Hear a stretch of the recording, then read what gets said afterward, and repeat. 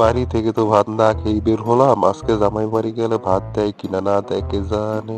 আমার জামাই যে কিপটার কিপটা, যত কিপটাই হোক আজকে ভাত না খেয়ে আসবো না। কি ব্যাপার শ্বশুর আব্বা, আজকে খবর না দিয়ে কোথা থেকে চলে আসলেন? আইলাম বাবা বাড়ি থেকেই, মাঝে মাঝে খবর না দিয়ে চলে আসতে হয়। তা বাবা খালি কি কথাই বলবা নাকি বস্তু বুঝতে বলবা? এতদিন পর মায়ার বাড়ি বেড়াইতে আইছে, তাও আবার খালি হাতে? এই লোক খবর না দিয়ে কি জন্য আইলো তাও তো বুঝতে পারতাছি না। তা আব্বা, আসেন আসেন বসেন। তা আব্বা, বাড়ির সবাই কেমন আছে? আছে বাবা ভালোই, খালি তোমার শাশুড়িরই শরীর খারাপ। ডায়াবেটিস চলা মানুষ তো, কখন কি হয় কিচ্ছু বলা যায় না। তা বাবা আমার মেয়েটা কোথায়, ওকে তো দেখতে পাচ্ছি না। আপনার নাতিকে নিয়ে স্কুলে গেছে, এক্ষুনি চলে আসবে। কিন্তু আব্বা, আপনি যে কি জন্য আইছেন তা তো বুঝতে পারলাম না। আইলাম বাবা, তোমরাই তো আমাকে আসতে বাধ্য করেছো। ঘটনা কি আব্বা এমন জিলাপের পেছের মতো কথা কইয়াছে কা? আমি তো কিছুই বুঝতে পারতাছি না। যৌতুকের টাকার জন্য বউ পিটাইলাম 7 দিন আগে, আবার সেই জন্য আসছে নাকি? কি জামাই এমন বিড়বিড় করতেছো কা? মনে মনে আবার আমাকে গালি দিচ্ছ নাকি? এটা কি কোন আব্বা, আমি কি আপনাকে গালি দিতে পারি? হাজার হইলো আপনি আমার শ্বশুর। খালি কি শুকনা গল্পই করবা? বেলা হয়ে গেল দুপুর, খাওয়া দাওয়া কখন করবা? বাড়িতে একটা মেহমান আইছে, তার দিকেও তো কোনো খেয়াল নাই। আব্বা, আমি তো সকাল থেকে না খেয়ে আছি, আপনাকে আবার খাবার কখন থেকে দিব? কেন জামাই বাবাজি, তুমি কি লিগে না খায়া থাকবা?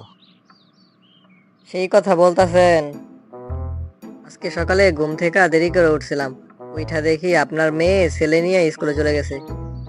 তুমি তো ভাত বাইরে খাইতে পারতা। ভাত বাইরা খাইমু কেমনে? আপনার মেয়ে তো রান্না করে তালা মারে রেখে গেছে। কাম তো সারা, রাস্তায় যা ভাবছিলাম তাই তো হলো। আব্বা, আপনি আবার কি চিন্তা করেন? তা বাবাজি এই বাড়িতে তুমি, আমার মেয়ে আর আমার একমাত্র নাতি, তাছাড়া একটা বিলাই পর্যন্ত নাই। তাইলে কিল্লিকে তালা মারিয়া থুইয়া যাওয়া লাগবো?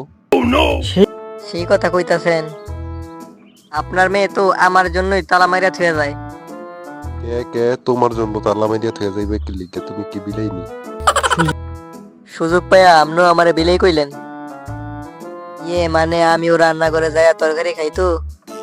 ওহো, আমার জামাই তো আগের মতনই লোরমার হয়ে গেছে। যাই হোক বাবাজি, আমি আইছি যৌতুকের টাকা দেওয়ার জন্য। বাহ, আজকে সূর্য কখন দিয়ে উঠছে। যেই টাকা এতদিন চাইয়েও পাই নাই, সেই টাকা আজকে বাইতে দিতে আইছে। মুরব্বীরা তো ঠিকই কয়, মায়ের উপরে কোনো ওষুধ নাই। আপনি আবার কষ্ট করে আনতে গেছেন কা? খবর দিলে তো আমি যাই আনতাম। আমি খবর পাইলাম তুমি এই টাকার জন্য আমার মেয়েকে সপ্তাহে সপ্তাহে মারো। তাই তোমার শাশুড়ি কইলো গয়না আর পালের গোড়া বেচিয়া জামাই টাকাটা দিয়ে আসো। তাই আজকে খবর না দিয়ে চলে আসলাম। আমি একটা কথা কইতে চাইছিলাম। থাক বাবা, তোমার আর কিছু কোয়া লাগবো না। টাকা পাইবা দিয়া গেলাম, আর যেন কোনো গন্ডগোল না হয়।